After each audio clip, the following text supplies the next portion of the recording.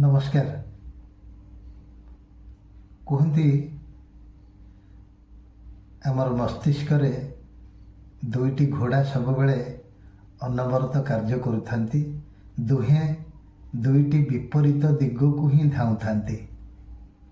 से दुईटी घोड़ा गोटे सकारात्मक बा पॉजिटिव घोड़ा आ गोटे होची नकारात्मक बा नेगेटिव घोड़ा।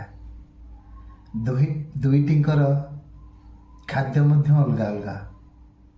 नेगेटिव घोड़ार खाद्य भय, संदेह, असफलता, अन्यर कथा शुणी विब्रत हेबा। आ पॉजिटिव घोड़ार खाद्य साहस, विश्वास, निज उपर आत्मविश्वास, ये सब पॉजिटिव घोड़ार खाद्य।